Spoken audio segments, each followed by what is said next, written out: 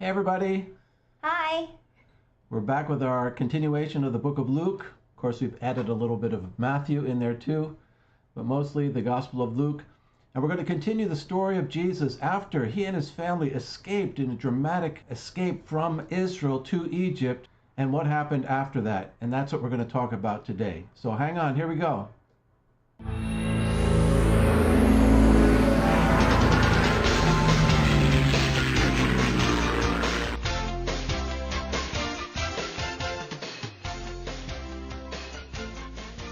Okay, so if you remember last time we were talking about the Magi, the wise men who came to visit Jesus, a very interesting section of the Bible. And we talked about who these men were, where they came from, what they were doing, why would they travel across the desert, all kinds of interesting questions about the Magi. And we talked about how awkward a situation it was when they arrived in Israel and were asking all over the city, where was the one born King of the Jews? Well, of course, Herod, who was the king at that time, was not born King of the Jews. So this was asking for trouble as they went all around the city. And you remember what happened. Herod got them off the street, redirected them to Bethlehem. And when they got there, they gave their famous 3 gifts to the baby Jesus and his family that we talked about. Gifts that they were going to need very soon when they escaped to Egypt. And that's where we left them last time, running out of Israel quickly to get to Egypt so that Jesus would be safe from the evil King Herod. As soon as they got out of there, what happened? Sure enough, Herod came in with his army and he killed all the baby boys in Bethlehem.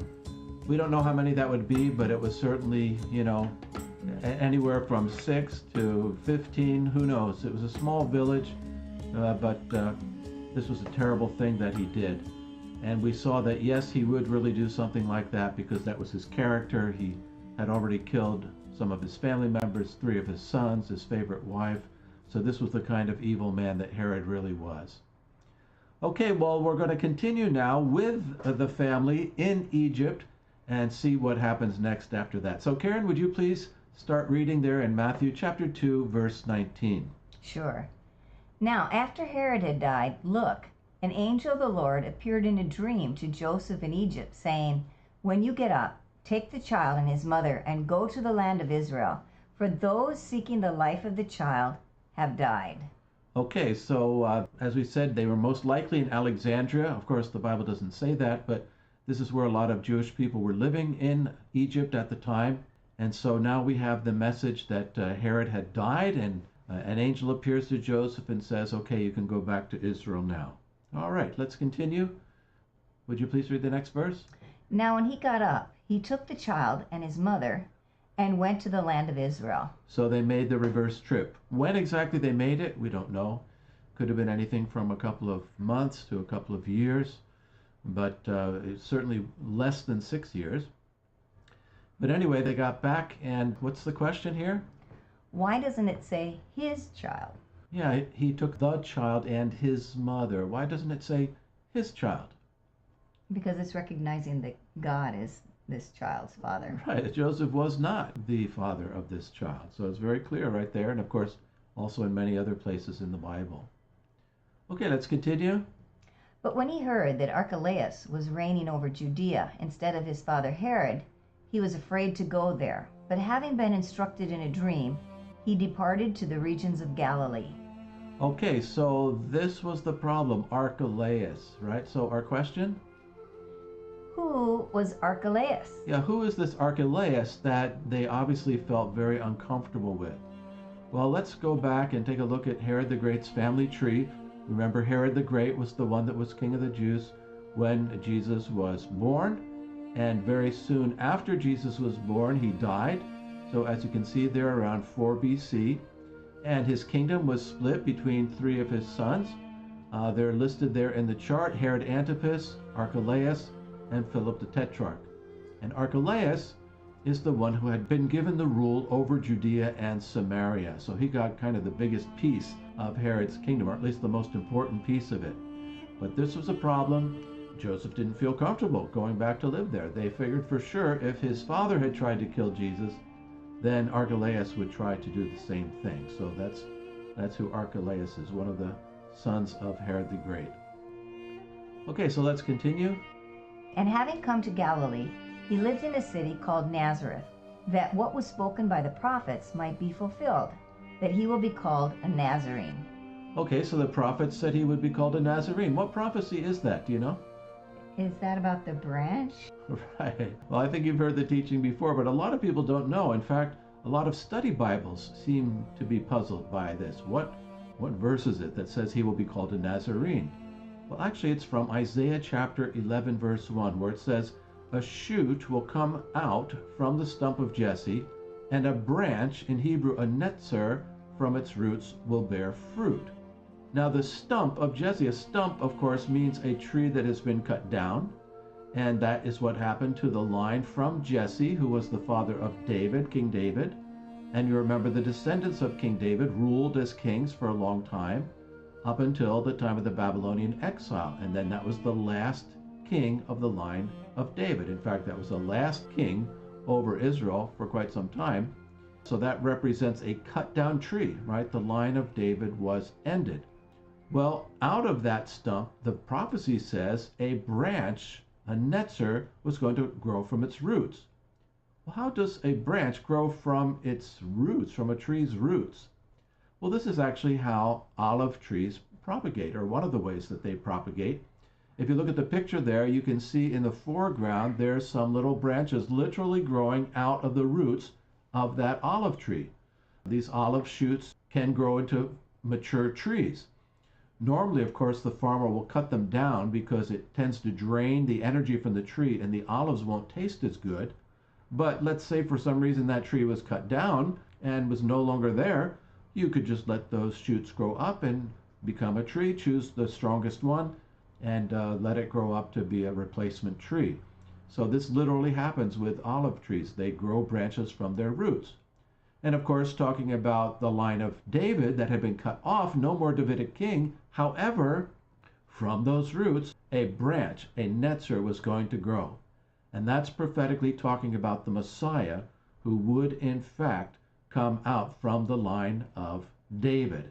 Of course, that's why Jesus' genealogy is very important, because he is of the line of David. And so he is a fulfillment of this prophecy. So you notice the name, this name branch, netzer, is a name for the Messiah, used in a couple of different places.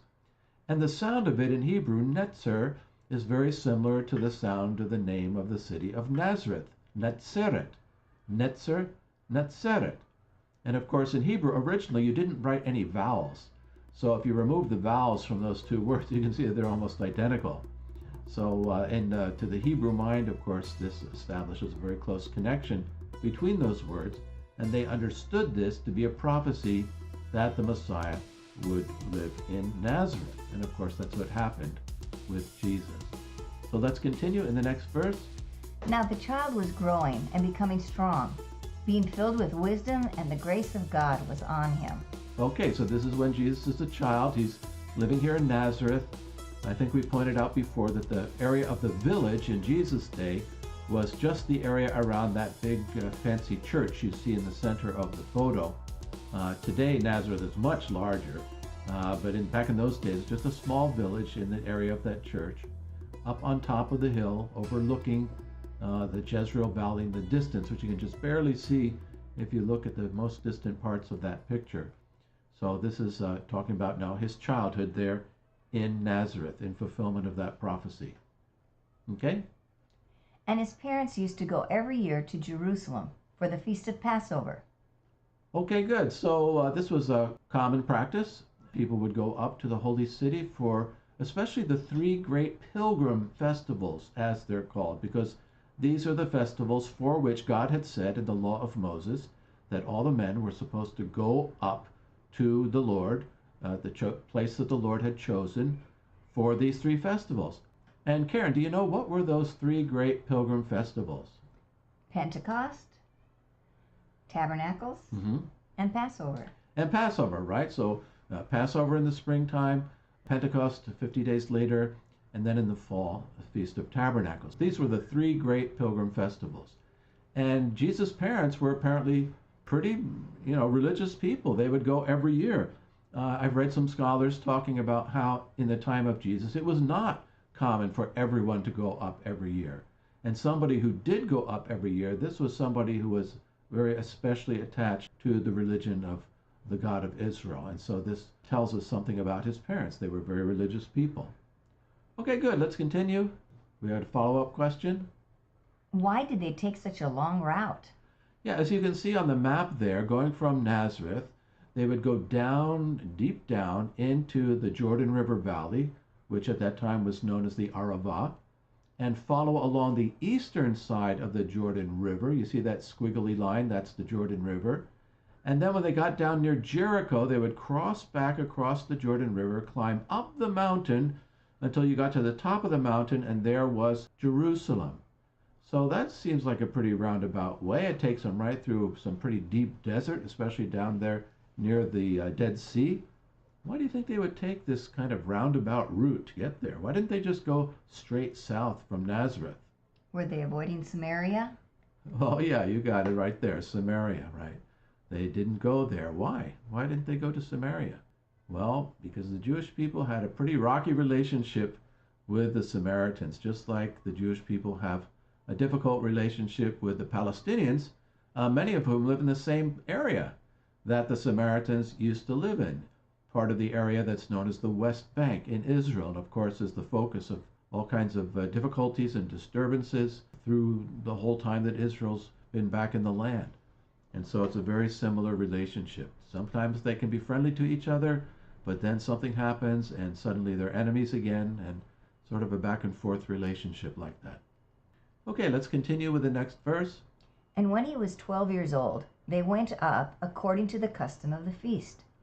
Okay, so they went to the feast of Passover, but it uses this language, they went up. Why does it say they went up? Looks like they're going south to me on that map. Because Jerusalem's on the top of a hill. Right, Jerusalem is way up on a hill. Not only that, it's also spoken of as going up to Jerusalem for spiritual reasons, that you're coming into the presence of God. So it's kind of like ascending into the presence of God. And even today, Jewish people will talk about going up just when they're talking about going back to Israel. There's sort of a spiritual elevation of coming into the land. And I certainly experienced that. It's not just a positive, it can also be a very, I don't want to use the word negative, but it's filled with tension. In Israel, you become more alive because you just have to be more alert to everything that's going on around you. From a spiritual sense, there's spiritual battles going on over that city. There's actually physical danger. So you just tend to be more alert when you're in Jerusalem, both in a positive and a negative sense. In the positive sense, it's getting closer to God. You're getting into that spiritual battle there in Jerusalem. So they use this language still today, going up. And it does have a physical meaning, also has a spiritual meaning. Okay, so let's take a look at that. Now, this is the big Arava Valley, the desert valley out there. If you look over towards the right, maybe you can just barely make out there's like a line that goes across from right to left, just below the arrow, pointing to that little smudge, which is the city of Jericho. And that line is the Jordan River dumping out on the left side into that kind of smudgy blue area. That's the Dead Sea. So this whole thing in front of us is that valley near Jericho. And so that gives you an idea what it is like out there in that area. Okay, so we're going to follow along with the family as they come down the pilgrim route from the north. They come to Jericho, cross over the Jordan River, make their way up the mountain to Jerusalem. This is the pilgrim route. This is the way a lot of the pilgrims would go from Galilee. Not always. Sometimes people would take a shortcut through Samaria, but if it was possible and if they had the time, people would generally tend to avoid that other route. So let's follow along. Here's Jericho. So you see it's kind of a greenish area. That's because of artificial irrigation. If that artificial irrigation wasn't done, the whole area would be a bone-dry desert. But that has been done there for, literally thousands of years. Of course, it's bigger today than it was in the Old Testament times. And we're going to follow along as that route goes up right here along the trail, which can still be made out there, and part of it's paved with the roadway now, as we're going to make our way up to Jerusalem. So if you look in the distance there at the top of the slide, you can still see the Arava Valley, the Jordan River Valley. And we're making our way up now through the hills, so you can see on the inset map about how far we've come for this picture. And now we're going to take the next step, okay?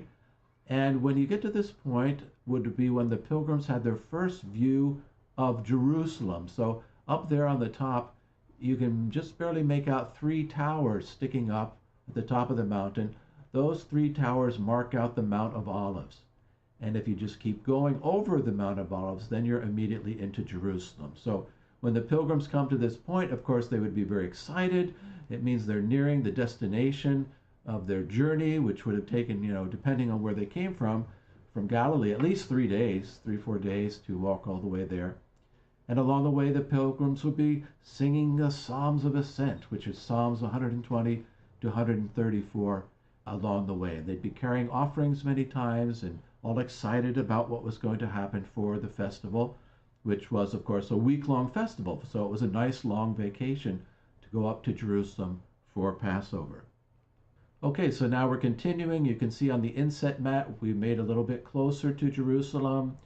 And here, during this section, the ancient road follows very closely to the modern roadway. And then we get to this fork in the road, and you could go straight up to Jerusalem directly, but that was through a very dry desert area. And it's a lot easier to take a left turn here and go up the Bethany way. So this route would be filled with people's houses and shops and water and make much easier travel. So most of the time it seems Jesus liked to go up through Bethany. So we're going from that fork in the road now up this valley, or wadi as we would call it locally, as we're making our way up to Bethany. So just a little bit further. And then we actually come into Bethany itself. So if you look right in the center of the picture, you can see that building with a reddish dome on top of it, and just beyond it there's a wall of a long fallen down church. This marks the area of the old town. So there's a couple of churches there, the one we see in the middle and then going down to the left. And so this is the area of the ancient village. This too has grown up a whole lot since Jesus' day. Today it has a different name, Al-Azariah, in memory of Lazarus, whose story takes place here later in Jesus' lifetime. But this is what it looks like today. And of course from there it's just an easy walk over to Jerusalem, about 3 miles, 2-3 miles, and there you are for the festival events. Well, after a wonderful week of worshiping the Lord and feasting and seeing relatives and people you haven't seen for a long time, the time was over. And Karen, why don't you read for us about that in chapter 2, verse 43. And after the days were finished, when they were returning, the child Jesus remained in Jerusalem, and his parents didn't realize it. What? You mean they left Jerusalem without Jesus? They did. So what's our question? How did they not know that Jesus wasn't with them? How would you go on a trip like this, sort of like a vacation, religious vacation, and then on the way home, you're walking through the desert area, you don't even know that one of your sons is not with you. Wow, that doesn't make them sound like very good parents, does it? No, and what happened next in verse 44? But supposing him to be in the group, they went a day's journey and were looking for him among their relatives and friends. Okay, and our question? How far did they get on the first day's journey? Right, well, we know that the first day's journey from Jerusalem ended in Jericho, because this was a nice place you could stay the night. There was food and services, so this is where they would stay. So they got all the way down to Jericho. It takes about 8 hours. One of my friends walked it from Jerusalem to Jericho in 8 hours. Of course, he was going downhill, just like we're talking about them doing right now. So that's a good day's walk. And they got there, and they're looking for him. They don't see Jesus anywhere. Well, how did they get all the way to Jericho, an 8-hour walk, before realizing that Jesus was not with them? Well, okay, let me try to explain it to you this way. Back in those days, that passage going through that area was dangerous. There's a lot of cliffs and caves and places for bad guys to hide out. And so what people would do is they'd walk in big groups for safety. And they'd have kind of like a big caravan. And at the front, you'd have a group of men, and in the middle, the women and children, and at the back, another group of men. In this way, everybody would be protected in case there was some bad guys hanging out in this desert area. And that's the way they would do it. And I'm sure that that year, because it tells us very specifically that Jesus was 12 years old, this was the last year before a Jewish boy was considered a man. The next year, 13 years old, he would be responsible to obey all the law of Moses just like any other adult male. So it was a very important year in the life of a boy to make sure that he knew everything he was supposed to do before it was time for him to actually be required to be obedient to the law like that. And so I'm sure that Mary was up there with the ladies and she's thinking, wow, I'm so proud of Jesus. He has grown up so quickly and he's up there with the men somewhere and I'm so proud of him. And meanwhile, Joseph is walking with the men and saying, you know, I need to tell Jesus now he's old enough, he can walk up here with us men. And so they probably all thought he was with, you know, the other person until they got down to Jericho and realized, what? He's not with you? What? He's not with you? Okay, so that's a big problem. Now what? What do they have to do? They have to go back and get him.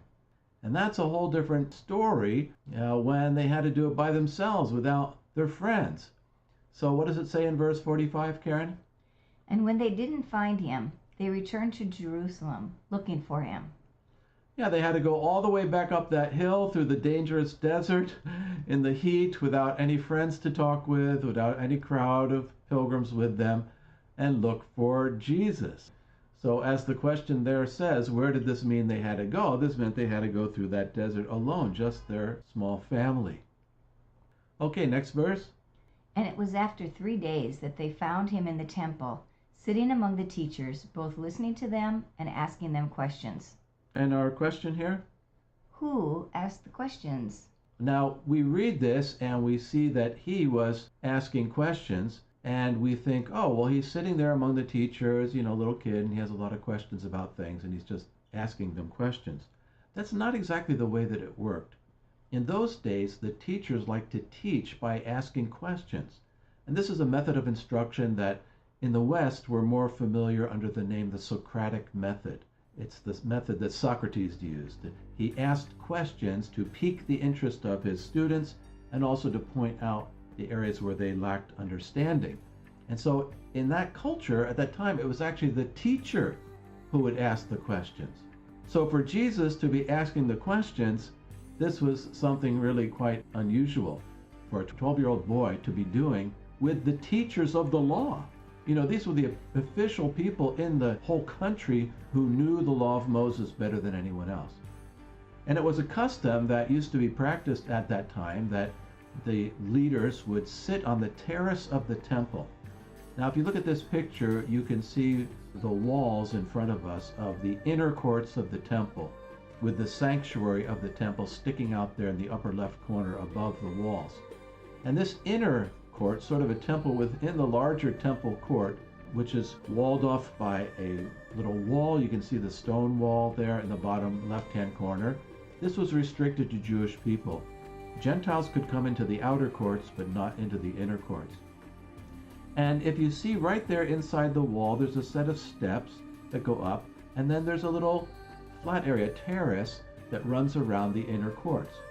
And we know from the historical records of the rabbis that the teachers of law, the important leaders of the nation when it came to religious things, would sit on that terrace during the festivals, and they would have sort of an open discussion about deep religious questions. Now, that is not the kind of setting where we would expect a 12-year-old boy to show up. So this story is telling us something quite interesting about Jesus, that he was basically a child genius. As it goes on to say there in verse 47, would you read that, Karen? But all those hearing him were amazed at his understanding and answers. Right. Yeah, so this was not just some little curious kid. He's acting already like one of the best teachers. You know, he was keeping pace with the greatest teachers in the nation. And that was certainly a remarkable day. All right, let's continue. And what does this tell us about Jesus, Karen? He was an amazing child. Right, he was a child prodigy, a child genius. Okay, next verse. And when they saw him, they were amazed. And his mother said to him, Son, Why have you treated us this way? Your father and I were so worried, searching for you." Yeah, when the family finally found him, now remember, they were looking for him for 3 days before they found him. No wonder they sound a little bit irritated. "Son, why have you treated us this way?" Right? So worried, searching for you. But they were also amazed because there's their son sitting with the teachers, and by this point, I'm sure people were looking at this child with amazement, not just his parents, but everyone else was too. Okay, let's continue. And he said to them, "Why is it that you were searching for me? Didn't you know that I had to be among those that are my father's?" Right, what does he mean by that exactly? It's a little bit unclear in the Greek. You could translate it, "I had to be among those things that are my father's," or you could read it, "among those people that are my father's." So what's our question? What did he have to be among? And the follow-up? What does this tell us about his self-identity? Right, so it's hard for us to know exactly what he had to be among, except that it had something to do with his father. But what does this tell us about his self-identity? That he knew that he was God's son. Yeah, he was very clear on who he was and where he came from. He knew that his father was God. Okay, let's continue. And they didn't understand the saying that he said to them. Right, just like we don't understand it today. Exactly, just meant he needed to be, around things related to, or people related to his father there in the temple. So some people translate this, "I had to be in my father's house," which is one possible interpretation, but of course it's not a clear statement to us. I'm sure it was clear to him, but even his parents didn't understand it, so we shouldn't feel too bad if we don't understand it either. Okay, let's continue. And he went down with them and came to Nazareth and was obedient to them. And his mother was keeping all these things in her heart. Okay, good. And the question? Why went down? Why does it say he went down? Because Nazareth is up on a hill too, just like Jerusalem. Yeah, but you were coming from Jerusalem, so you had to come down Jerusalem to go on to Nazareth. You had to come down the hill from Jerusalem and then make your way north to Nazareth and then up the hill to Nazareth. But here we have that, not just a physical meaning of went down, but also a spiritual meaning. So when you left Jerusalem, you talk about going down from Jerusalem, or some people even use it of going to Israel, going up to Israel, coming down from Israel, right? And the follow-up question? How do we know about these things? Yeah, any hint in this verse as to how we know all these stories about Jesus when he's just a little baby and when he's a young child? His mother was remembering all of these things. Right, and there's a good possibility. A lot of people think that Luke interviewed Mary, and that's why we know about these things, because he actually talked to her about that when he was doing his research for his gospel. Okay, next verse. And Jesus increased in wisdom and maturity and in favor with God and men. Okay, good. So Jesus is growing up, and he's, people are liking him, and he's showing obvious wisdom, which of course he already seems to have had when he's 12 years old, but even more. And what's our follow-up question? If Jesus was God, how could he increase in wisdom? Right, we believe that Jesus was God, so how could he increase in wisdom? Because the verse says Jesus increased in wisdom. Because he was a person too. Right, well, he was a 12-year-old boy. Right, he was a real person, right? We like to say he was 100% God, but he was also 100% man. And how those two parts of him interacted with each other is, of course, a mystery and a puzzle, and there's been all kinds of opinions about it. But we do know that he was fully human. So with regard to his human side, he had to increase in wisdom and grow to adulthood just like any other human has to do, even though he had this special relationship with the Father God, which was his identity as the Son of God. Okay, so we're going to jump ahead now, 20 years later. So Luke 3 just kind of skips over the rest of Jesus growing up without any information at all until we come to this verse. So let's read it. Now, in the 15th year of the reign of Tiberius Caesar. Okay, so we're only looking at part of the verse because it can get confusing pretty quickly. So we're talking about 27 AD here, the 15th year of the reign of Tiberius Caesar. So Tiberius was the next emperor of the Roman Empire. If you remember, Augustus Caesar was the emperor when Jesus was born. So this is the next emperor, Tiberius. And he ruled for quite a long time. There's a nice model of what Rome looked like, more or less around the time of Jesus. So that's who he is. He's the emperor of the Roman world, Tiberius. And what else do we have in that verse?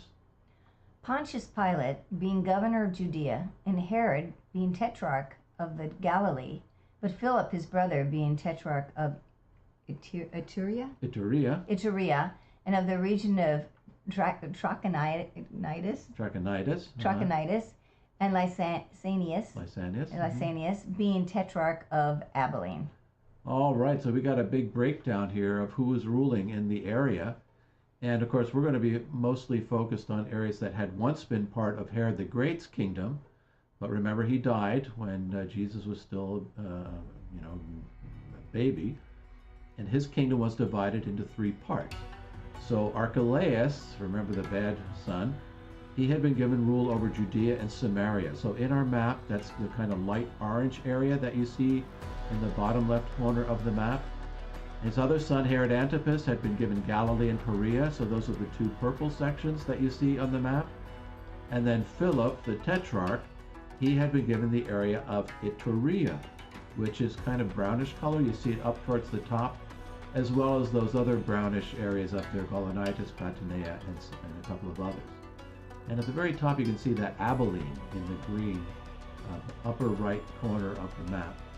Talking about Lysanias. Okay, so now we know who's ruling in all these areas. But wait a minute, it said Pontius Pilate was governor of Judea. Why not Archelaus? Well, because it wasn't only Matthew that had a problem with Archelaus. The whole Jewish community seems to have had problems with Archelaus. They actually protested his being made king over them. And to make a long story short, the Romans eventually, removed him from that position in AD 6. So what's that, of Jesus about 10 years old or so? And so Archelaus is no longer the ruler over Judea and Samaria, and instead they brought in Roman governors. And so now Roman governors are directly ruling Samaria and Judea, although the other areas continue under the rulers that they already had. Now you know one of those governors, that's Pontius Pilate. He was actually the 5th one. So when this started in AD 6, the first Roman governor was Coponius, and then Marcus Ambibulus, and Annius Rufus, Valerius Gratus, and then number 5, the most famous one, Pontius Pilate, starting in AD 26. So that tells us Luke 3:1 is happening after AD 26. And the picture there is the first historical evidence of Pontius Pilate that was found.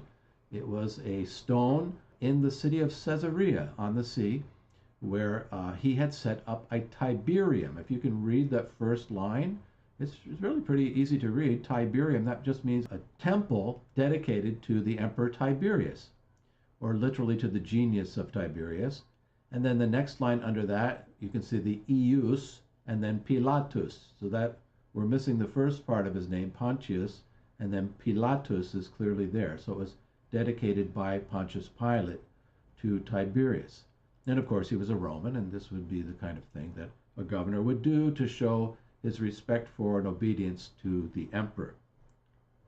Okay, so now we've got everybody lined up in terms of politics. What about religion? What do we have left in that next verse? At the time of the high priests, Annas and Caiaphas. Okay, and the question? How could there be 2 high priests at one time? Yeah, how is that possible? I thought in the Bible it talks about just having 1 high priest.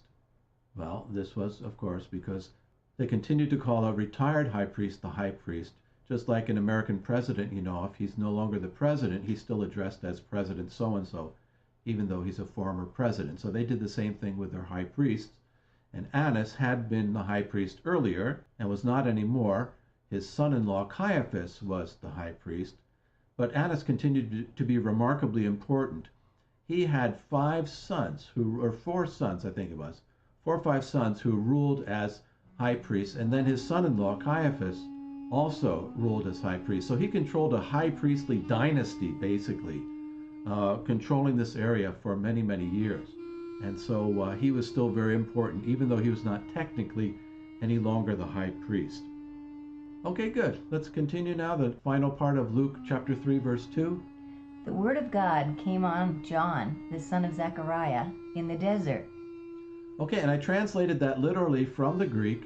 Many people translated the word of God came to John, but it uses the preposition epi, which literally means on or upon John. So how can the word of God come upon somebody? You have any idea about that, Karen? Came into his mind? Well, when we use to for that? When you say come on, it sounds more like spirit, right? Spirit coming on somebody, right? So this shows the word of God coming in as a spiritual presence into John's life. It's kind of interesting thing to think about how that all works. I mean, how does it feel when God speaks to us, when he spiritually comes into our lives to tell us something? But anyway, let's go on with the next question. Why was he in the desert?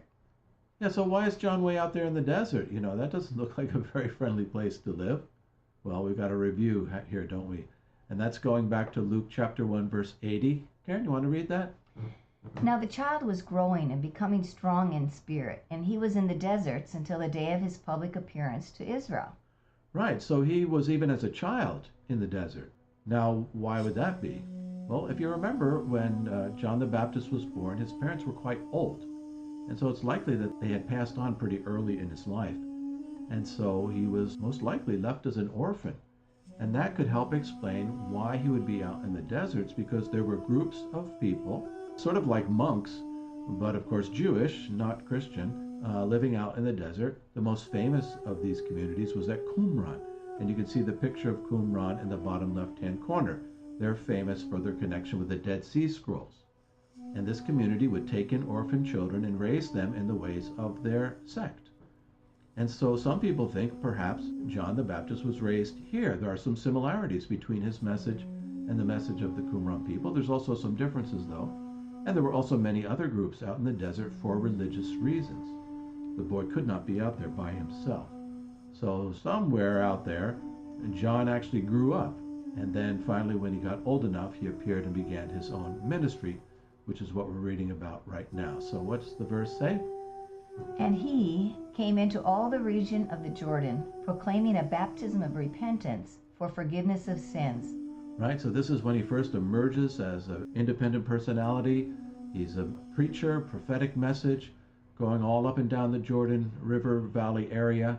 And his message was consistent, a baptism of repentance. Why? For the forgiveness of sins. And this is a remarkable message that we're going to be talking more about next time. Okay, so there you have it. Some very interesting details from the young life of Jesus. Next time we're going to be continuing with more about John the Baptist and get into his ministry, Jesus' adult ministry, and we have a lot of fascinating things to talk about. Hope you'll join us. See you. Bye-bye.